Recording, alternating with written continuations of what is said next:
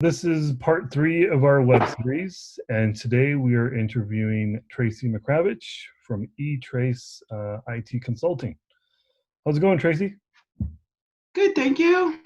Good. If can you give us a little bit of intro, who you are and what you do? My name is Tracy Makarwich, and I am a sole proprietor IT service. I mostly work with website development, maintenance, and support, and also online learning management systems are the two main things that I do. Okay. And it's just you. You have no employees. I have no employees, no. How long have you been running this for? I have been doing this since 2001, so 19 years already. And Yeah. what does a day look like for you? I'm sure every day is different, but what would like a typical day look like for you in this job?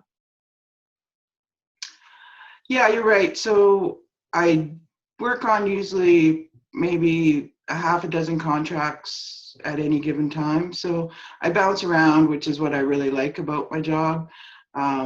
Every day is different.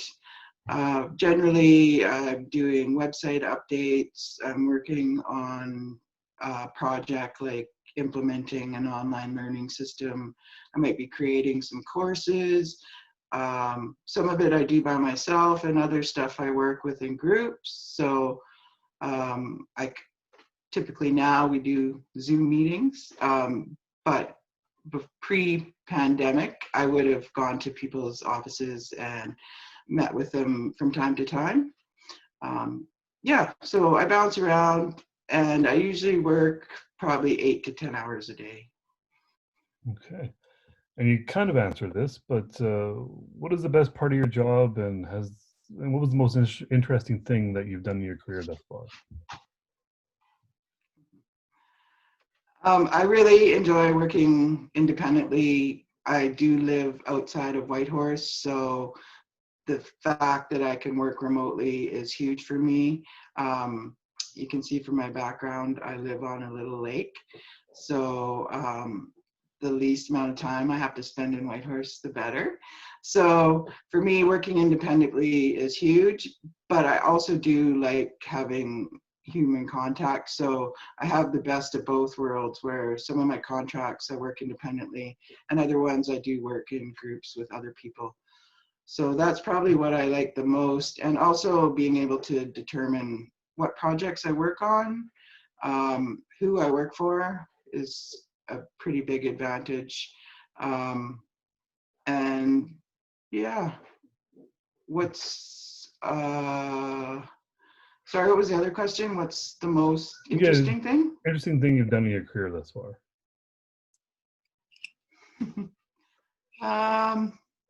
Besides being on the board of Yukon. That's right.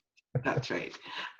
Yeah, I enjoy, I think the biggest thing for me is creating things, like having tangible results from the work that I do. Completing projects is always really cool when you deliver a new system to people that have never used it before, and then going through and teaching them and handing it over is actually very rewarding. I also enjoy learning, so being able to take courses and travel to different cities to take training, I quite enjoy. And just constantly learning, I think, is the things I enjoy the most. Cool. I think you might have answered this, because I think you love working independently. But why did you choose this job path? Was there someone that motivated you or inspired you, or maybe you saw someone doing this? What kind of, got you into the job that you're in now? I've always been partial to working with computers. I worked previously in accounting and office management, where we used software that really wasn't user-friendly, and it always drove me crazy. So I always felt like they could be improved and they just weren't being improved. So I decided to go back to school to learn how to create software that was more user friendly. And that's sort of where I started. Yeah, I can't really think of anybody, like I didn't really know anybody in this field when I started. I just sort of went to different universities and looked at what courses and stuff they had, and I ended up going to BCIT actually. They ended up having the courses that fit what I think I wanted to do. Okay, So that's how I started on my journey. awesome. And do you have any recommendations for students who are looking to take a similar career path? I would say pick what you love to do. That's the most key thing. I've done a lot of jobs where I did it just to get a paycheck and it wears thin, and finding something that really interests you and makes you feel like you've done something good is the best advice I could give. And then try and find what fits your personality. Lots of people wouldn't like what I do working from home, but there are still lots of IT opportunities to be parts of teams, to work for bigger organizations.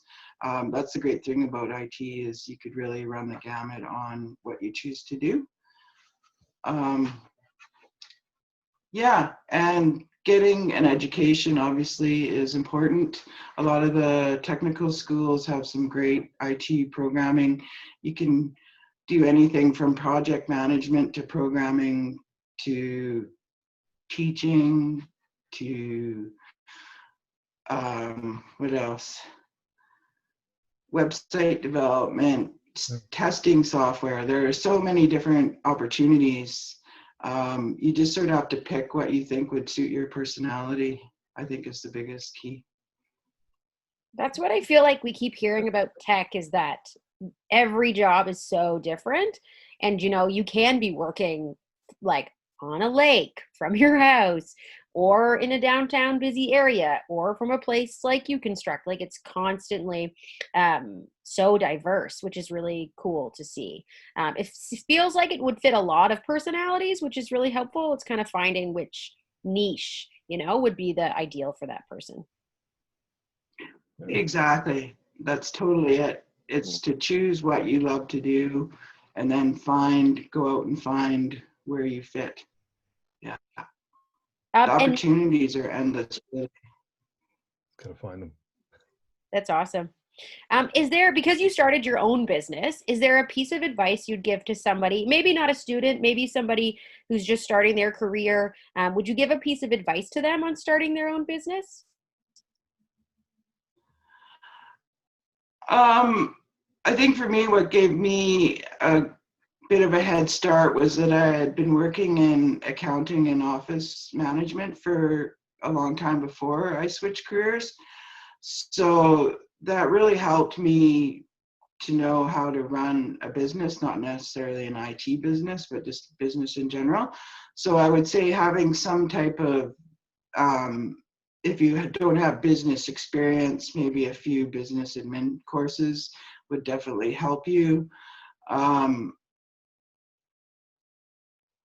Finding, I guess, clients is probably the hardest part when you're starting out.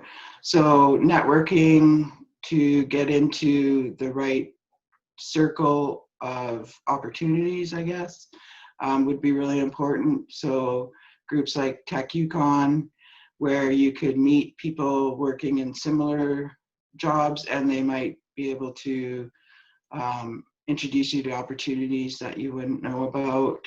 So that would be important, networking. Yeah, I actually started out working for the Yukon government when I graduated from school, and I did a couple of term positions, and that gave me enough experience, and it actually gave me opportunity within the government that I probably wouldn't have known about had I not did a little bit of work for them first. So before I opened my business, I actually did a bit of work with YG, which really helped me get my business off the ground. It sounds like that's the way to go, is kind of having as much experience. And even if it's not directly related, right? Like office admin is not directly related with tech, but it sounds like all of those experiences added up for you to be able to have a successful job where you can work for yourself and, you know, be successful and live on a beautiful lake. Like, I'm so jealous of you right now. Yeah, no, it did. It wasn't an overnight thing. I definitely attribute my success to my previous careers as well. It definitely helped me, no question about it. IT tech is usually a male-dominated sort of industry. Did you have any challenges as being a female to get into the industry at all? I don't know if I actually had challenges. I definitely was the only woman around the table for a long time, within projects and also even within like Tech Yukon. For several years, I was the only woman on the board. I feel like the people I worked around accepted me. I don't feel like I had to fight to get to the table. There really wasn't any other women there. But that is definitely changing more and more, and women are excellent IT people. And I think generally they just were never encouraged to go into the field, and I think that's changing. I hope it is anyway, because there's no reason why it shouldn't be an equal field for men and women, for sure. Fair enough. And so your final question then, given how technology is constantly evolving, what types of technology businesses could or would be created in the Yukon in the near future? I think the biggest, probably most obvious opportunity would be green technology, especially in the Yukon. The drive to get off fossil fuels is going to provide major opportunity for green technology development, and through things like the programming up at Yukon University, there's huge opportunity there. I also feel like there really is no limitation on technology business, because we live in such a global economy. You can create a business here that can service anybody in the world. So if you have a good idea and there's a market for it, it doesn't necessarily have to be in Yukon by any means. You can still start your business and be successful from here, doing anything really. Yeah. Cool.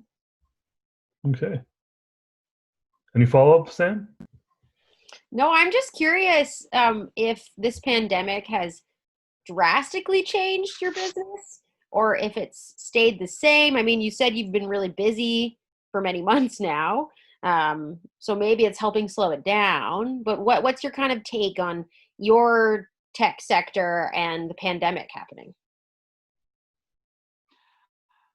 I am definitely busier, for sure.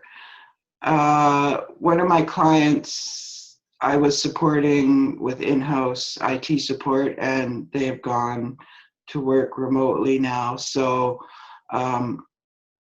from supporting an office of 10 to now remotely supporting 10 people has created a lot more work for me on just that one particular contract. And I also feel like as time goes on, there's a ton of opportunity here for businesses that are moving online, putting stores online that never have before. Again, employees working from home. There's huge opportunity right now, huge. I'm only one person, so I could be a lot busier, I think, if I wanted to be. So yeah, the opportunity is huge, and I don't see my work slowing down at all anytime in the near future.